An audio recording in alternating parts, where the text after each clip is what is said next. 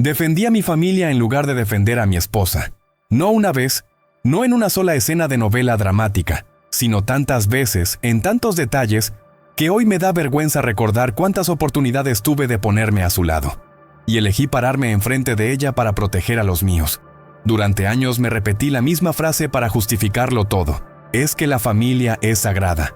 Lo decía como si mi madre y mi hermana fueran un templo intocable y mi esposa una intrusa que tenía que aprender a adaptarse o callarse. Cada vez que ellas cruzaban un límite, yo miraba hacia otro lado. Cada vez que mi esposa me decía, me están faltando el respeto, yo le respondía que estaba exagerando, que siempre fuiste muy sensible, que ellas son así, no lo hacen con mala intención. La realidad es que no defendía a mi familia porque tuvieran razón. Las defendía porque me daba pánico ponerles límites. Era mucho más fácil pedirle a la mujer con la que dormía cada noche que aguantara, que entendiera, que fuera la madura, que enfrentarme a años de dinámicas tóxicas que yo mismo había normalizado. Así fui empujándola, centímetro a centímetro, hacia una esquina de la que un día decidió salir. Pero no para acercarse a mí, sino para irse de nuestra casa. Si rebobino nuestra historia, no veo solo a una suegra metida ni a una cuñada impertinente.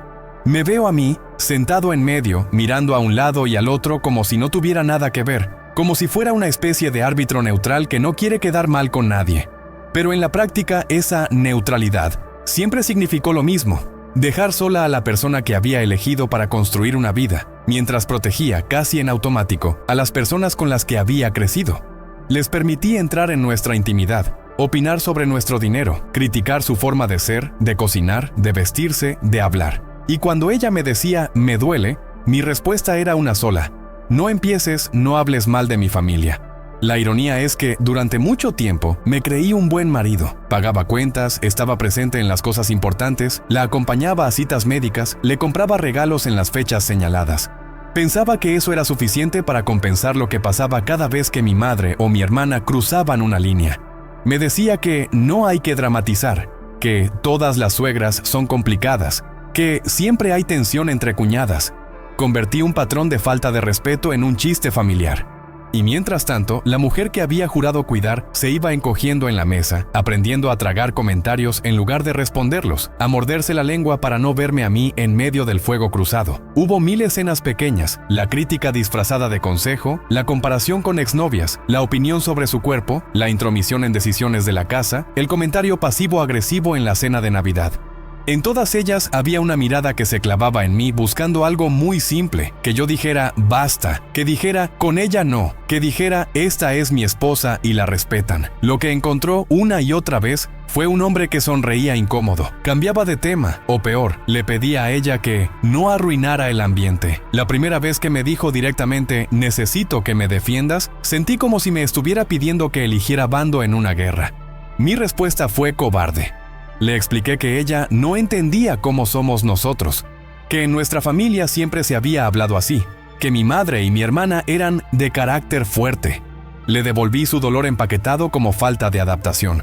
Ella intentó explicarme que no se trataba de elegir entre ellas o ella, sino de poner límites sanos. Yo lo traduje en mi cabeza como me estás obligando a abandonar a mi familia. Había otra verdad que en ese momento yo no quería ver. Mi esposa ya se había sumado a mi familia el día que nos casamos. Lo que yo estaba haciendo no era elegir entre familia o pareja, era decidir si la persona con la que compartía cama, planes y futuro iba a ser tratada como una invitada permanente a la que se tolera, o como parte del núcleo que merecía ser cuidada. Y elegí mal demasiadas veces. El día que entendí de verdad quién había estado a mi lado todo ese tiempo, fue cuando ya era tarde. La familia que yo creía sagrada no dudó en juzgar, opinar e incluso tomar distancia cuando nuestro matrimonio se rompió. La única que había estado todos los días sosteniendo cosas que no le correspondían había sido ella. Y cuando finalmente se fue, no lo hizo porque odiara a mi madre o a mi hermana. Se fue porque se cansó de ser la única sin escudo en una casa donde yo siempre corría a proteger a los demás. Si estás escuchando esto y alguna vez tu pareja te dijo, me siento sola cuando estamos con tu familia, no me defiendes, me duele cómo me hablan. Quédate conmigo hasta el final de esta historia. No te voy a hablar desde el lugar del hijo perfecto ni del marido ejemplar. Te hablo desde el lado incómodo del tipo que creyó que estaba haciendo lo correcto por no crear conflictos, y terminó descubriendo que el verdadero conflicto era vivir en una relación donde la persona que más quería jamás se sintió realmente respaldada.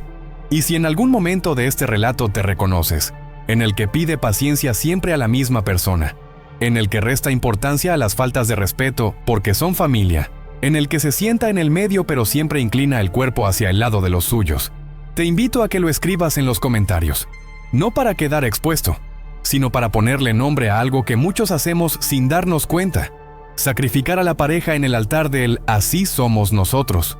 Suscríbete al canal si quieres seguir escuchando historias contadas sin maquillaje, desde la voz de quienes se dieron cuenta tarde de lo que estaban perdiendo. Y comparte este video con esa persona que hoy se ríe cuando su pareja le dice: no me siento defendida delante de los tuyos. Tal vez todavía esté a tiempo de entender lo que yo entendí cuando ya veía la puerta cerrada, que no se trata de elegir entre familia y esposa, se trata de decidir con quién vas a caminar cuando todos los demás se vayan a su propia casa. Nací en una casa donde la familia era casi una religión. No lo digo en sentido bonito, de esos hogares donde todo es abrazo y comprensión, sino en el sentido de que cualquier cosa que viniera de mi madre o de mi hermana era incuestionable por simple hecho de venir de ellas. En mi casa se repetía una frase que de niño me hacía sentir orgulloso y de adulto me envenenó: nosotros siempre estamos juntos, pase lo que pase. Lo que nunca nos explicaron es que ese nosotros tenía fronteras muy claras. Adentro estaban mi madre, mi hermana y yo. Los demás, aunque se casaran conmigo, siempre estarían un poco afuera. Mi madre había hecho de su papel de sacrificada un escudo y una bandera. Recordaba a cada rato que había criado a 2 hijos sola, que nadie le había regalado nada, que había sido padre y madre al mismo tiempo. No se podía negar que era verdad. Trabajó duro, se partió el lomo, hizo milagros con poco dinero. Pero con los años, ese mérito se convirtió también en una especie de licencia para decir y opinar de todo y de todos, sin filtro. Mi hermana creció en ese mismo clima. Aprendió que ser de la familia significaba poder traspasar límites con una sonrisa, hacer comentarios hirientes disfrazados de chiste y después decir que el problema era del otro por no saber aguantar. Yo crecí en medio de esas dos fuerzas, sintiéndome el hombre de la casa desde muy joven. Me acostumbré a que me miraran como el que las tenía que proteger, el que tenía que estar siempre disponible, el que nunca debía contradecirlas en público porque las cosas se arreglan en casa. Cuando algún amigo se quejaba de su familia, yo respondía con orgullo que en la mía, aunque nos peleáramos, siempre terminábamos unidos contra cualquiera de afuera. Lo que en ese momento no veía es que esa frase llevaba un veneno escondido. Cualquiera de afuera incluía, por definición, a cualquier persona que un día yo trajera a mi vida como pareja. Cuando la conocí a ella, pensé honestamente que estaba haciendo algo diferente. No buscaba una copia de mi madre ni una rival para mi hermana. Era otra cosa, alguien con carácter, con opiniones propias, que no se callaba lo que pensaba, pero que también sabía escuchar y ceder. Me enamoró esa mezcla. Yo venía de una casa donde el conflicto era constante y la reconciliación se daba por hecho, sin muchas palabras. Con ella conocí por primera vez la posibilidad de hablar de lo que sentíamos sin que eso se convirtiera en una guerra. Al principio, mis dos mundos estuvieron separados. Con ella construíamos nuestros códigos, nuestras rutinas, nuestras bromas privadas. Con mi familia, seguía siendo el hijo y el hermano de siempre. No había problema mientras esos universos no se tocaran demasiado. Las primeras veces que ella apareció en reuniones familiares, todo era novedad. La presentaron bien. Hubo sonrisas, curiosidad, el clásico interés por saber de dónde venía, qué hacía, cómo se conocieron. Yo respiré aliviado. Pensé, esto va a funcionar. Mi madre y mi hermana la van a querer como yo. Los roces comenzaron en detalles mínimos, casi invisibles si uno los mira aislados. Un comentario sobre cómo ella servía la mesa, otro sobre su manera de vestir. Una broma sobre su familia de origen, una crítica suavecita al trabajo que tenía. Cosas que, a simple vista, podían pasar como pequeñas incomodidades de convivencia. En la mesa todo se decía con una media sonrisa. La frase terminaba con un «es broma» o «no te lo tomes mal». Pero yo, que la miraba de cerca, veía cómo su espalda se tensaba, cómo su mirada se nublaba apenas un segundo antes de volver a sonreír y seguir la conversación. Las primeras veces que salimos de la casa de mi madre después de una reunión, ella intentaba comentarlo de forma tímida. Me decía que se había sentido incómoda con alguna observación, que le había dolido que la compararan con alguna exnovia que mi familia había conocido, que le parecía fuera de lugar que opinaran sobre dónde debíamos vivir o cómo debíamos gastar nuestro dinero. Yo escuchaba esos comentarios y sentía dentro un tirón. Parte de mí sabía que tenía razón. La otra parte, la que había sido entrenada toda la vida para no cuestionar a los míos, se activaba antes de que pudiera procesarlo. En lugar de decirle, te entiendo, no estuvo bien lo que dijeron, mi respuesta era casi automática, minimizaba. Le explicaba que mi madre y mi hermana eran así, que hablaban sin filtro pero sin mala intención, que en esa casa todos nos habíamos dicho cosas peores y nadie se moría por eso. Le pedía, en el fondo, que se adaptara a esa manera de ser, en vez de plantearme seriamente poner límites. Ella insistía un poco más, al principio con cuidado. Me hacía ver que una cosa era la confianza y otra el desrespeto, que no estaba pidiendo una familia perfecta, solo un mínimo de consideración. Decía que no pretendía que yo rompiera con las mías, sino que supiera marcar una línea, que quedara claro que nuestra casa, nuestras decisiones y nuestra intimidad no eran tema de debate libre en cada almuerzo dominical. Lo que yo escuchaba, filtrado por años de lealtad mal entendida, era otra cosa. Escuchaba elige entre ellas y yo. Y como no quería mirar de frente esa elección, me escudaba en la frase que más daño hizo en nuestra historia. No hables mal de mi familia. Cada vez que esas palabras salían de mi boca, era como si levantara un muro entre nosotros. Ella venía con un sentimiento y yo le respondía con una prohibición. No le decía, no me gustó lo que dijiste. Le decía, en esencia, no tienes derecho a sentirte herida por lo que hacen los míos. Era una forma de invalidarla de raíz. Y como muchas personas que aman de verdad, al principio hizo todo lo posible por no entrar en conflicto conmigo. Trató de justificar a mi madre, de buscar excusas para mi hermana, de cambiar ella su forma de reaccionar para que a mí no me doliera estar en medio. Yo me convencí rápidamente de que eso era una prueba de su amor. Pensaba, si sigue viniendo a las reuniones, si sigue intentando llevársela bien, es porque entiende. No veía que, en realidad, estaba empezando a traicionarse a sí misma para no perdernos. Y cada vez que tragaba un comentario por respeto a mí, yo reforzaba la idea de que no era para tanto. La costumbre es un anestésico peligroso. Uno se acostumbra a ver a la persona que ama morderse la lengua, y el silencio empieza a parecer normal. Los primeros conflictos fuertes llegaron cuando empezamos a tomar decisiones importantes como pareja. ¿Dónde vivir? ¿Cómo organizar el dinero? ¿Qué cosas contar y qué cosas guardar para nosotros? En mi cabeza, la familia siempre se entera de todo. Si teníamos un plan de mudarnos, mi madre y mi hermana eran las primeras en saberlo. Si teníamos un problema económico, ellas opinaban. Si estábamos pensando en tener hijos, ellas tenían algo que decir. Yo lo veía como algo natural. Así somos, aquí se habla de todo. Ella, en cambio, veía como cada tema que intentábamos construir en la intimidad acababa siendo tema de análisis en la mesa de los domingos. Se enteraba de que mi madre sabía cosas que solo se suponía que yo le había contado a ella. La veía descubrir con una mezcla de decepción y rabia que algunas confidencias nuestras terminaban convertidas en frases sueltas, en consejos que mi madre le daba a ella con aire de superioridad. Cuando me lo señalaba, en lugar de asumir que había cruzado límites, volvía a mi libreto de siempre. Le decía que mi madre solo quería ayudar, que no era para tanto, que mejor que opine ella que gente de afuera. Y en una vuelta más de tuerca, terminaba colocándola a ella como la problemática, como la que no soporta que se metan, como la que no entiende cómo es una familia unida. Cada vez que había un cruce más evidente, un comentario directo sobre su cuerpo, una crítica a su forma de trabajar, una intromisión en su relación con su propia familia, yo sentía en el pecho la obligación de decir algo. Había un segundo, apenas un segundo, en que mi mirada se encontraba con la suya y ella me pedía, sin palabras, que me pusiera de su lado. Ese segundo era mi oportunidad de mostrarle que no estaba sola. Pero en ese instante, el miedo a incomodar a mi madre, a escuchar a mi hermana molestarse, a ser el traidor que se pone del lado de la esposa, se hacía más fuerte. Respiraba hondo, tragaba ese impulso y hacía lo que llevaba años haciendo. Cambiaba de tema, quitaba tensión con un chiste, o directamente miraba hacia otro lado.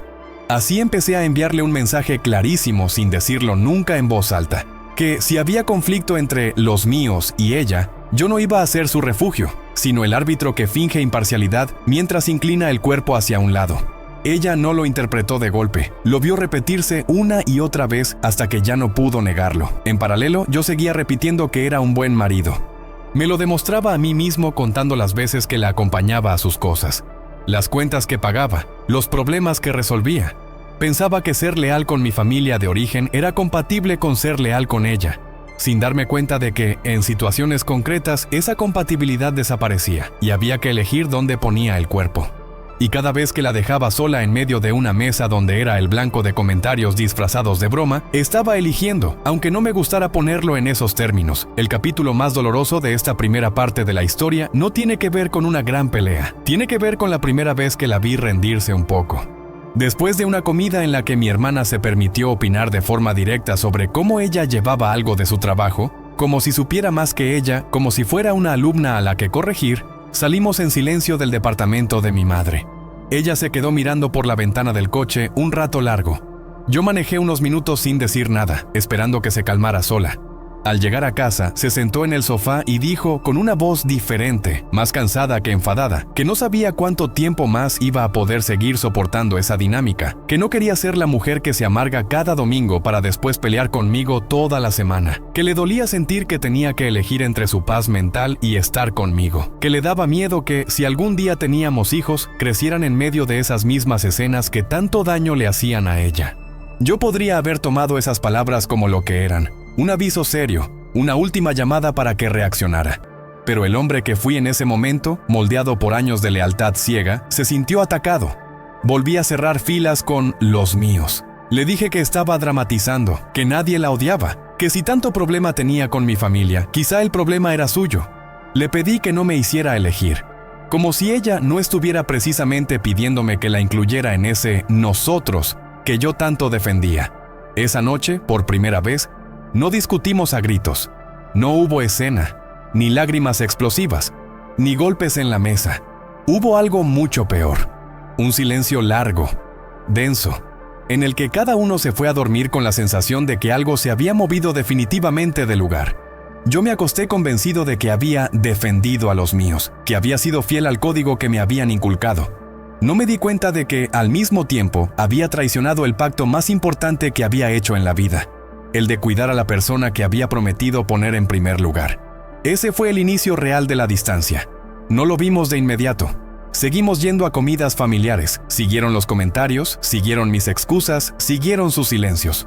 Pero desde esa noche, algo en ella empezó a retirarse de mí. Por fuera seguíamos juntos. Por dentro, cada "no me defendiste" que ella se tragaba en lugar de decirlo iba levantando una pared que, con el tiempo, se volvió demasiado alta para saltarla con un simple "perdón", dicho demasiado tarde. Cuando digo que defendí a mi familia en lugar de defender a mi esposa, no hablo solo de comentarios sueltos en la mesa.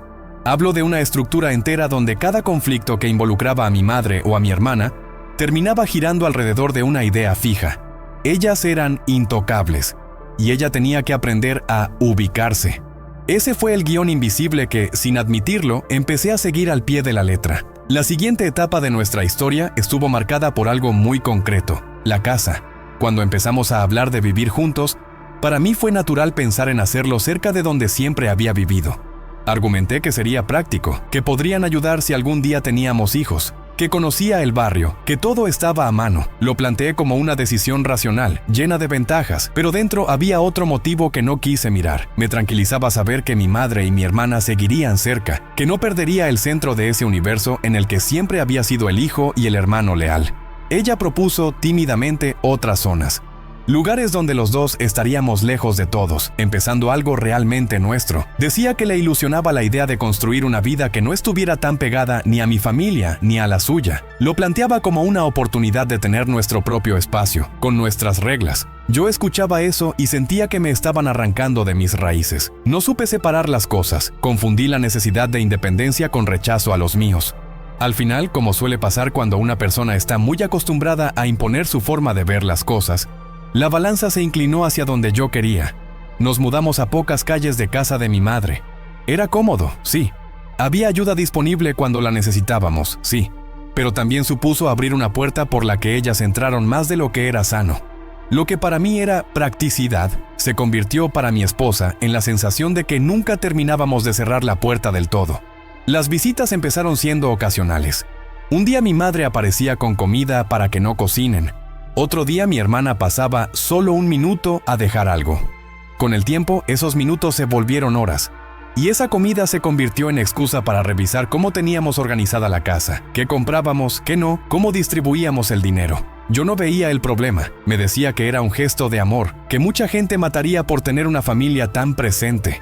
Ella, en cambio, empezó a experimentar algo parecido a no tener nunca una adentro y una afuera claros. Si estábamos un domingo por la mañana descansando, era normal que sonara el timbre y alguna de las mías apareciera sin avisar.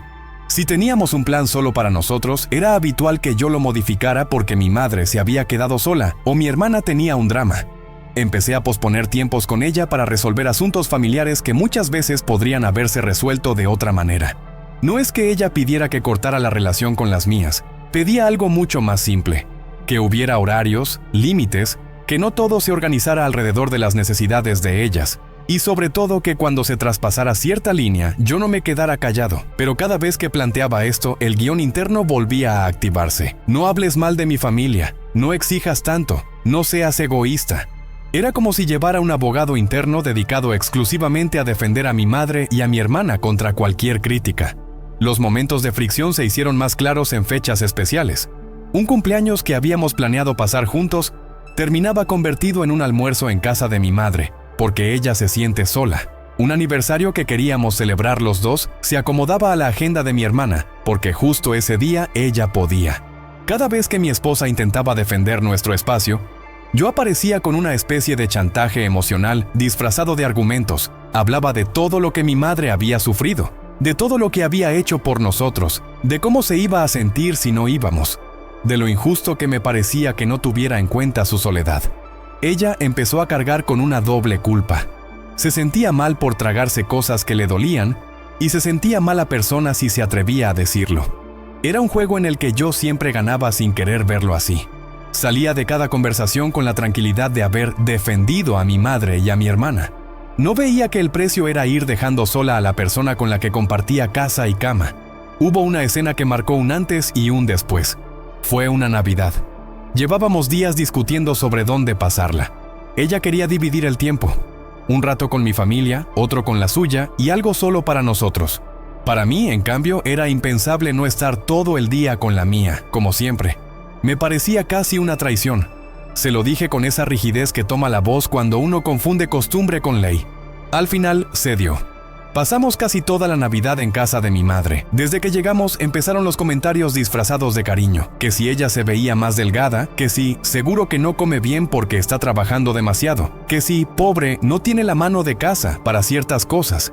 Mientras preparábamos la mesa, mi hermana se permitió opinar sobre cómo ella manejaba su trabajo y su tiempo, sugiriendo que quizá debería pensar en algo menos exigente si algún día quería ser madre. No lo dijo como pregunta, lo dijo como sentencia. Vi la expresión de mi esposa endurecerse. Era como si por dentro estuviera apretando los dientes para no responder.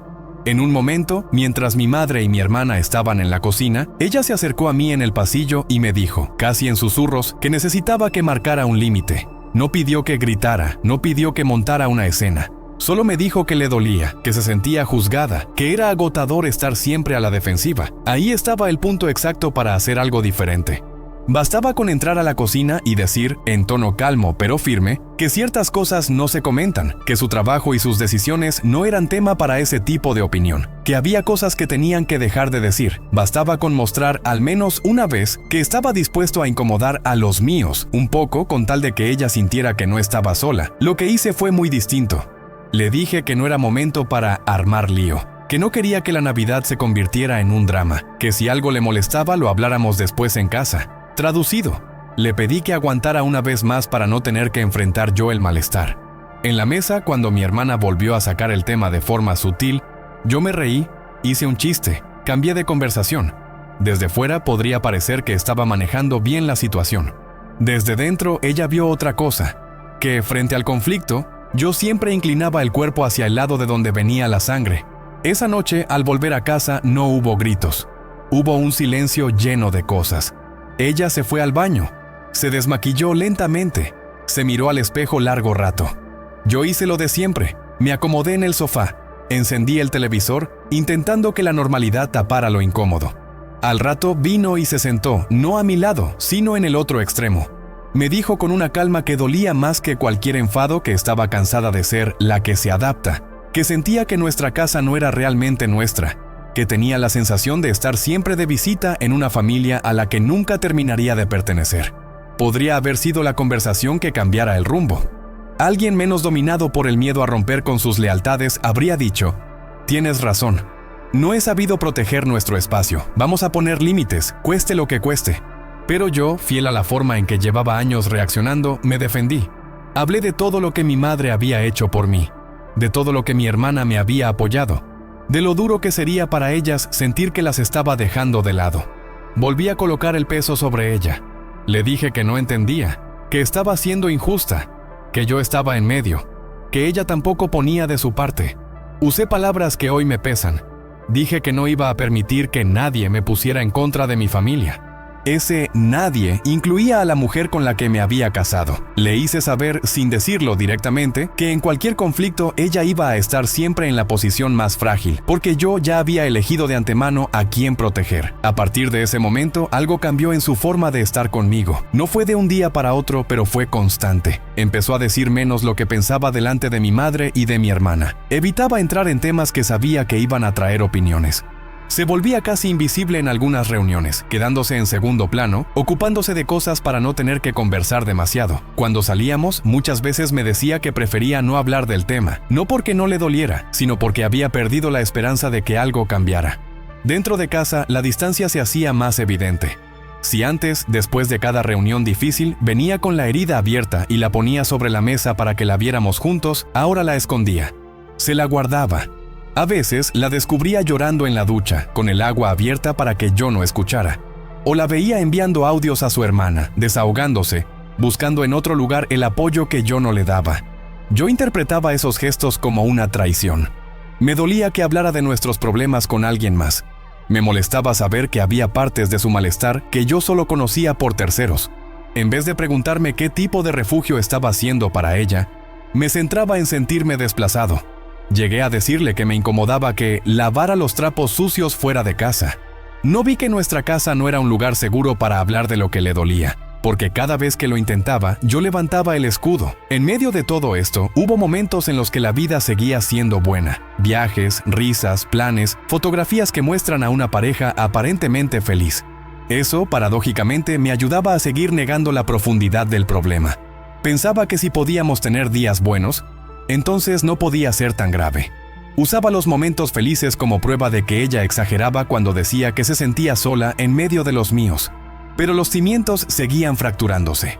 Cada reunión familiar era una prueba más para ella de que, cuando el ambiente se ponía tenso, yo nunca iba a estar realmente a su lado. Y cada conversación posterior era una prueba más para mí de que mi lealtad, tal como la entendía, me estaba convirtiendo en alguien que dejaba sin protección justo a la persona que había prometido cuidar. Lo sabía en algún nivel, pero mirarlo de frente implicaba cuestionar toda una vida de códigos internos. Elegí la salida cómoda, seguir defendiendo a mi familia, seguir pidiéndole a ella que entendiera, seguir convencido de que, de algún modo, todo se arreglaría sin que yo tuviera que cambiar de posición. No lo dije con estas palabras entonces, pero el mensaje que envié una y otra vez fue claro. Mi lugar está decidido. Si quieres quedarte, tendrás que acostumbrarte. Lo que nunca imaginé es que un día ella también tomaría una decisión, la de no seguir estando en un lugar donde nadie se ponía delante cuando la herían, ni siquiera el hombre que decía amarla. Y cuando esa decisión llegó, me sorprendió como si fuera un rayo caído del cielo, cuando en realidad había sido anunciada paso a paso en cada mirada que yo preferí no ver. Si el segundo tramo de nuestra vida juntos estuvo marcado por la invasión constante de mi familia en nuestra casa, el siguiente estuvo definido por algo todavía más silencioso y más dañino: la erosión de su confianza en mí. No hablo de celos, ni de engaños, ni de secretos en el teléfono. Hablo de esa certeza que alguien tiene al principio de que, pase lo que pase, tú vas a estar a su lado, y que poco a poco empieza a resquebrajarse hasta volverse una duda permanente. El punto de quiebre empezó a asomarse cuando entró en juego un tema que lo cambia todo: la posibilidad de tener hijos. No fue una conversación dramática ni una decisión tomada de golpe. Fueron muchos diálogos a lo largo de los años, preguntas sueltas sobre si queríamos, cuándo, cómo nos imaginábamos la vida con un niño o una niña en casa. Durante mucho tiempo la idea nos unió. Imaginábamos nombres, hacíamos bromas sobre quién sería el blando y quién pondría límites, soñábamos con viajes, con navidades distintas. Pero cuando la conversación empezó a aterrizar en lo concreto, volvió a aparecer el fantasma que ya lo atravesaba todo, mi familia. Ella, con una lucidez que en ese momento me molestó y hoy agradezco, planteó algo muy claro. No quería traer un hijo a un entorno donde no hubiera fronteras sanas, donde cada decisión importante pudiera convertirse en tema de debate de mi madre y de mi hermana, donde un comentario hiriente se disfrazara siempre de broma y yo siguiera mirando hacia otro lado. Dijo que no quería ver a un hijo nuestro crecer escuchando que su madre no sabe hacer las cosas, que no tiene mano para la casa, que trabaja demasiado, que no piensa bien las cosas. Esas frases que ella ya había escuchado muchas veces dirigidas a sí misma. Decía que si no éramos capaces de poner límites ahora, menos lo seríamos cuando hubiera una criatura en medio. Su planteamiento, honestamente, era razonable. Pero yo en ese momento lo viví como una amenaza a mis planes, como si me estuviera condicionando la paternidad a cambio de cambiar toda mi manera de relacionarme con las mías. En lugar de escuchar el miedo que había detrás, volví a activar el discurso de siempre, que estaba exagerando, que nadie iba a hacerle daño a un niño, que mi madre y mi hermana serían abuelas y tías increíbles, que ella no conocía el amor de familia que nosotros sí conocíamos. La realidad es que tenía miedo. Miedo de verme obligado a elegir de manera más explícita. Con un hijo, las escenas que hoy me parecían incómodas podían volverse inaceptables, y eso iba a exigir algo de mí que todavía no estaba dispuesto a dar. Ponerme al frente, no en el medio. En vez de admitir ese miedo, lo trasladé a ella, acusándola de bloquear nuestros planes, de poner condiciones, de no entender lo que significaba ser familia. Las discusiones sobre este tema no eran constantes, pero cada vez que surgían dejaban una marca más profunda. Ella salía de cada conversación con la sensación de que yo estaba dispuesto a sacrificar incluso la tranquilidad de un futuro hijo, con tal de no incomodar a las mías. Y yo salía convencido de que ella nunca iba a aceptar del todo mi mundo, que siempre iba a ver a mi madre y a mi hermana como una amenaza.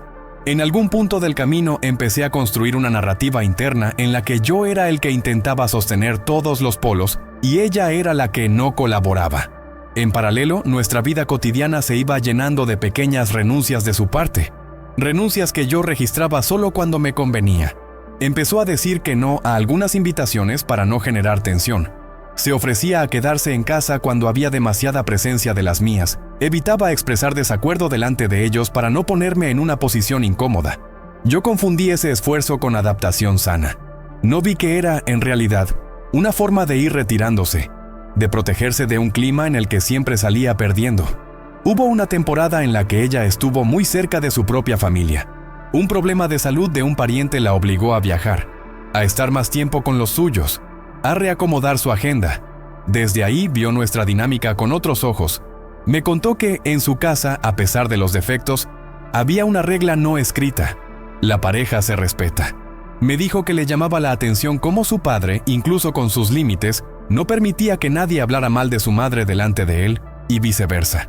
No porque fueran perfectos, sino porque habían marcado ciertas líneas claras desde el principio. Yo reaccioné con ironía, diciendo que cada uno cuenta su propia historia como le conviene. No estaba listo para aceptar que quizá, solo quizá, había otras formas de entender la lealtad.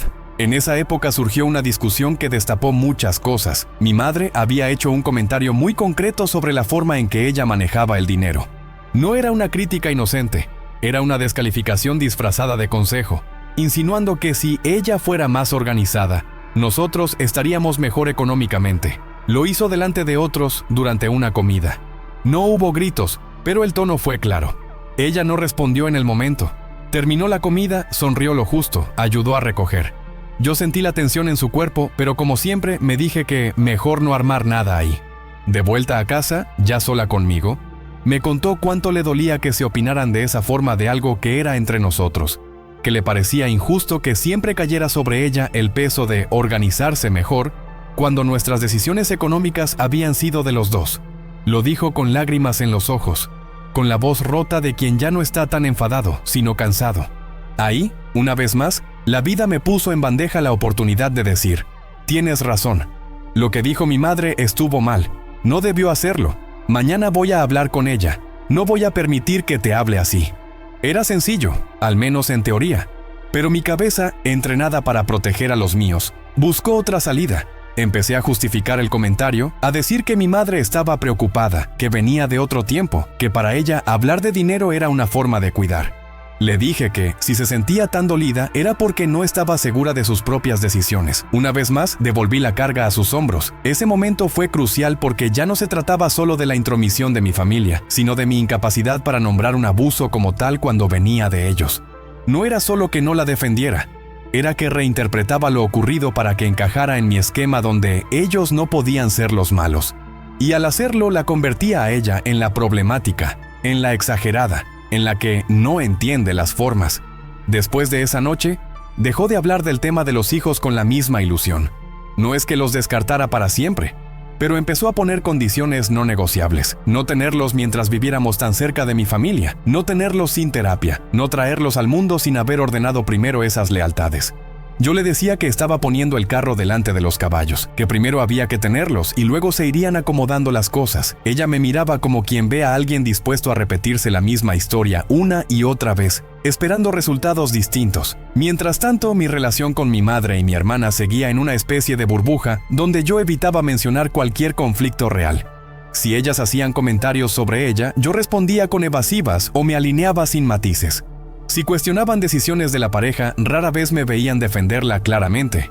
Cuando alguna de las dos sugería que mi esposa era distante, no se integraba o siempre estaba a la defensiva, yo, en lugar de señalarle su parte de responsabilidad, asentía o como mucho decía que ella es así, necesita tiempo. Ellas nunca vieron mi lucha interna, siempre vieron el mismo hijo y hermano de siempre, dispuesto a sostener el relato donde la familia es intocable.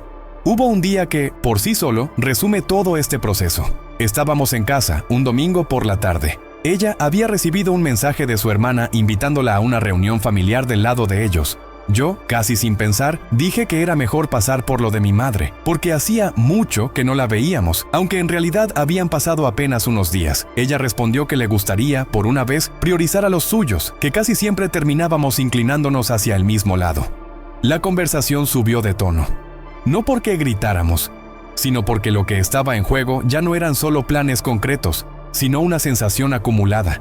Dijo que le dolía sentir que, en cada elección, yo ya venía con la respuesta incorporada. Primero mi madre y mi hermana, después vemos. Que nunca iban a dejar de ser importantes, pero que ella necesitaba al menos una vez ver que yo elegía estar con ella donde ella también se sentía en casa, aunque eso significara posponer un rato la visita a mi familia. En ese momento me sentí acorralado. Volví a la frase que tantas veces había usado. Dije que no iba a permitir que nadie me pusiera en contra de los míos. Esa palabra, nadie, volvió a clavarse como un cuchillo. No era la gente, no era otros, era ella, la mujer con la que vivía, incluida en ese nadie abstracto que amenazaba el altar donde yo tenía a mi familia. Fue entonces cuando dijo algo que, aunque en ese instante me enfadó, después se convirtió en una especie de eco que no puedo apagar, que no quería estar casada con un hombre que, cada vez que se sentía entre dos lugares, la sacrificaba a ella para no incomodar a las demás. Dijo que así no se construye un nosotros, que así solo se amplía un ellos, donde ella nunca terminaría de encajar. Y añadió algo todavía más duro, que entendía que mi lealtad hacia mi madre y mi hermana venía de un lugar de amor y deuda, pero que eso no justificaba que la dejara sola cada vez que ellas cruzaban una línea. Yo podría haberme quedado callado, dejar que esas palabras hicieran su trabajo dentro de mí, tomarme un tiempo antes de responder, pero hice lo contrario. Me defendí. Hablé de todo lo que ella no veía, de las veces que yo la había defendido en mi cabeza, de las conversaciones que había evitado para no empeorar las cosas. Presenté mi cobardía como prudencia.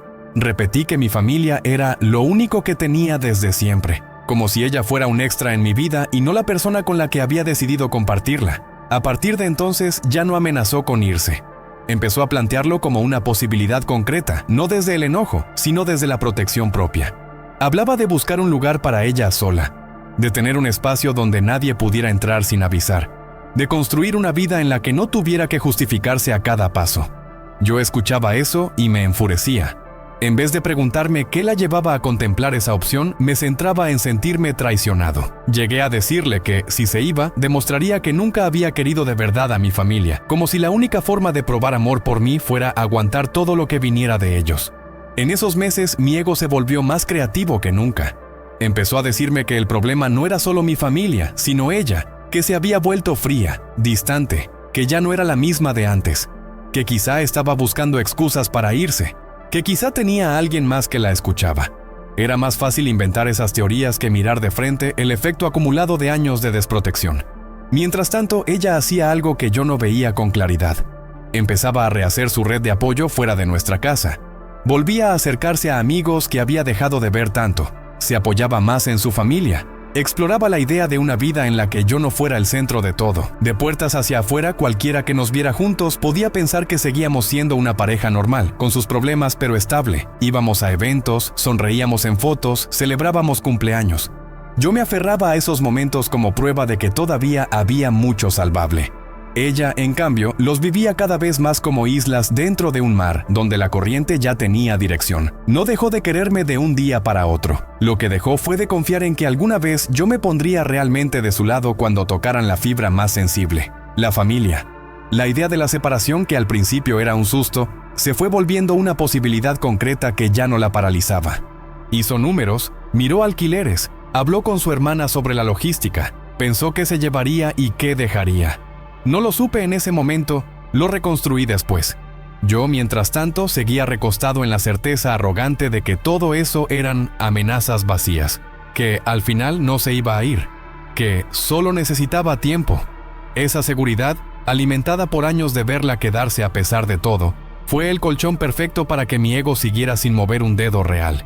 No pude o no quise ver que el amor también se cansa de pedir auxilio en la misma puerta y recibir siempre el mismo silencio, o peor, la misma defensa a quienes hacen daño. Creí que defender a mi familia me hacía un buen hijo y un buen hermano. Nunca consideré que, al mismo tiempo, me estaba convirtiendo en un marido ausente justo en la única batalla en la que ella me pedía que me pusiera a su lado. Cuando por fin entendí quién había estado realmente a mi lado todo ese tiempo, ya no compartíamos la misma dirección. Y para llegar a ese punto todavía faltaba el último capítulo. El día en que dejó de ser una amenaza y se convirtió en el ruido de una maleta bajando las escaleras. El día que se fue no empezó con una pelea, ni con una frase tipo, si cruzas esa puerta, no vuelvo. Empezó con algo mucho más simple y más difícil de aceptar, con una calma rara en sus movimientos.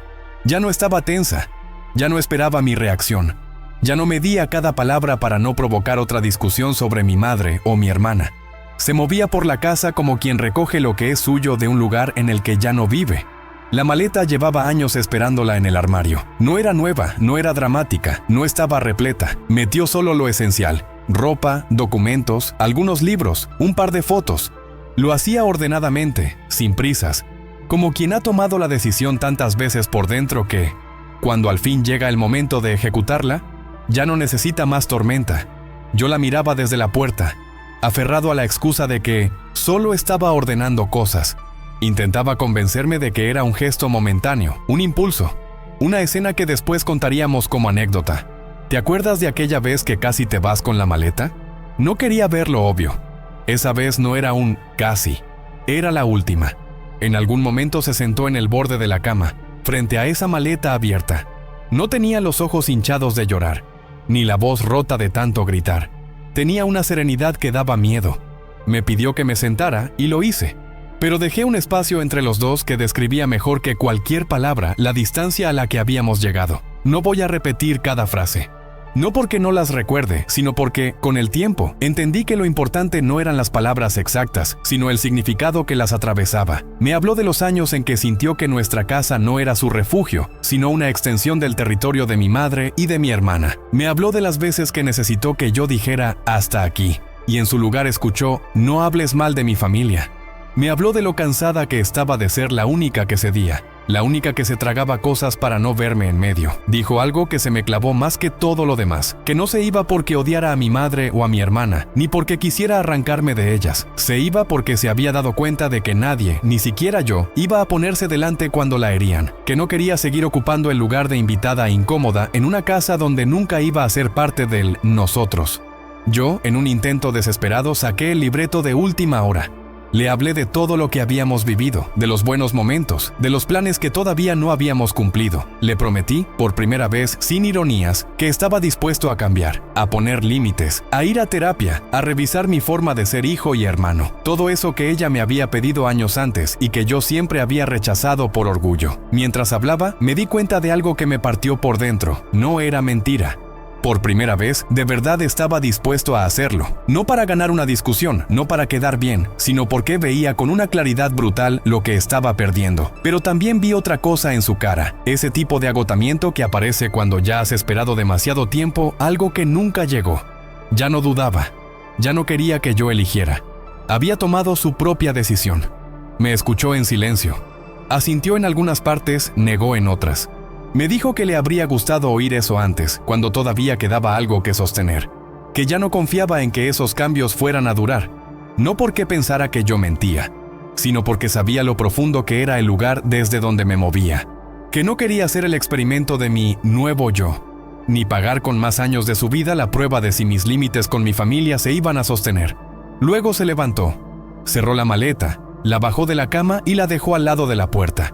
Fue a la cocina, revisó que no quedaran cosas suyas que necesitara de inmediato. Dejó algunas llaves sobre la mesa. No vi rencor en ese gesto, vi una especie de cuidado. Estaba desarmando la escena de su propia vida en nuestra casa para no dejar cabos sueltos. Cuando se puso el abrigo, entendí que no era una amenaza, que no había si dices X me quedo, ni si haces Y lo pienso. Me acerqué, aún aferrado a la idea de que alguna frase podría detenerla. Pero por primera vez no busqué un argumento. Lo único que me salió fue una pregunta demasiado tardía, que si había algo más que pudiera hacer para que no se fuera. Su respuesta fue sencilla, sin dramatismo, que ya lo había tenido todo para hacerlo mucho antes, que no era una gran acción heroica lo que podría haber cambiado las cosas, sino gestos básicos repetidos a tiempo. Decir basta cuando alguien la trataba mal, decir tienes razón cuando ella me señalaba una injusticia, decir lo siento cuando la dejaba sola en medio de ellos. Que esos gestos no llegaron, que ahora lo único que podía hacer era respetar su decisión. La vi caminar hasta la puerta con la maleta. La casa entera parecía contener la respiración. Abrí yo mismo, con la sensación de estar colaborando en algo que quería impedir. Cuando cruzó el umbral, no hubo abrazo final, ni promesa de volver, ni frase de película. Hubo un cuídate de su parte y un tú también del mío. La puerta se cerró y el silencio que quedó no fue el de una pelea en pausa. Fue el de una historia que, tal como la habíamos conocido, había terminado. Los días siguientes fueron una coreografía rara entre la inercia y el vacío.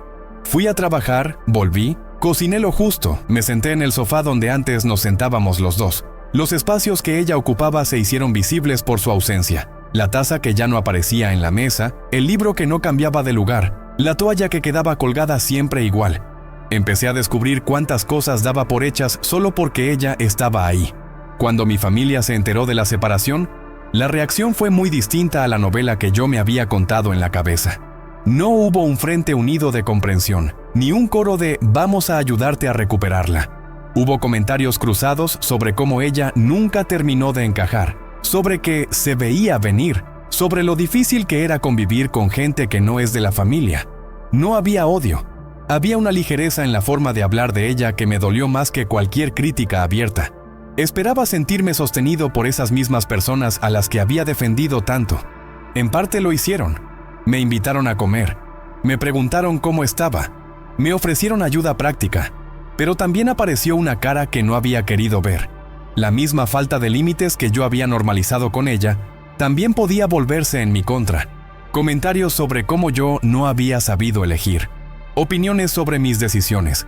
Frases que minimizaban lo que había pasado como si fuera una simple incompatibilidad de caracteres. Fue entonces cuando empecé a ver con otra perspectiva quién había estado realmente a mi lado en momentos importantes. Recordé todas las veces que ella había puesto el cuerpo, acompañándome a citas difíciles, sosteniéndome cuando tuve problemas de trabajo, recortando gastos para ayudar con mis deudas, enfrentando en silencio el peso de saber que si algo pasaba en mi familia, yo iba a salir corriendo, incluso si eso significaba dejarla a ella en segundo plano. Mientras más pasaba el tiempo, más claro se volvía el contraste. La familia que yo había protegido a toda costa seguía siendo familia, con sus luces y sus sombras, con su amor y sus defectos. Pero la mujer a la que había dejado sola en medio de ellos había sido, durante años, la única que había estado en ese lugar donde nadie más podía reemplazarla, mi compañera. Y esa compañera se había ido. Empecé a ir a terapia, no como gesto para recuperarla, porque para entonces ya sabía que esa puerta estaba, en el mejor de los casos, entreabierta solo desde su lado, sino porque por primera vez me di cuenta de que no sabía sostener un vínculo sin poner por delante mis miedos y mis lealtades mal entendidas. Allí descubrí que lo que yo llamaba defender a mi familia, muchas veces era miedo a perder el lugar que tenía con ellas, miedo a decepcionarlas, miedo a dejar de ser el hijo y el hermano ejemplar. Entendí que proteger a los tuyos no significa justificarlo todo, que se puede amar un origen sin permitir que ese origen atropelle a quien has elegido para construir tu presente, que una pareja no debería tener que pelear para ser considerada parte de la familia, que el día que te casas, ese nosotros tiene que ampliarse, no dividirse en bandos. Con el tiempo tuvimos algunas conversaciones más, mi exesposa y yo. Nada épico, nada que cambiara el final de la historia, pero sí necesario. En una de ellas le pedí perdón sin rodeos. No por el hecho de que mi familia existiera ni por sus defectos, eso no me corresponde, sino por no haber sabido ponerme a su lado cuando más lo necesitaba. Por haber usado su amor por mí como argumento para que aguantara, en lugar de usar el mío por ella como motivo para poner límites. No hubo reconciliación, pero sí algo que valoro. Una especie de cierre honesto. Me dijo que, si algo lamentaba, no era haberse ido, sino no haberse ido antes. Me dolió, pero también entendí la dimensión de lo que había vivido. Me deseó de corazón que, si algún día estaba con otra persona, no repitiera la historia, que ojalá aprendiera a entender que familia no es solo de dónde vienes, sino también con quién decides caminar. Hoy, cuando pienso en todo esto, sé que nunca podré borrar el hecho de que muchas veces la dejé sola frente a los míos. Que hubo comidas, fiestas, domingos enteros en los que, si alguien hubiera sacado una foto de la mesa, se habría visto claramente quién estaba desprotegida. Puedo trabajar para no repetirme, puedo pedir perdón, puedo cambiar, pero no puedo reescribir el pasado. Defendí a mi familia en lugar de defender a mi esposa, y descubrí demasiado tarde quién estaba realmente a mi lado. Esa es la frase que resume mi historia. No la digo para castigarme eternamente, pero tampoco para suavizarla.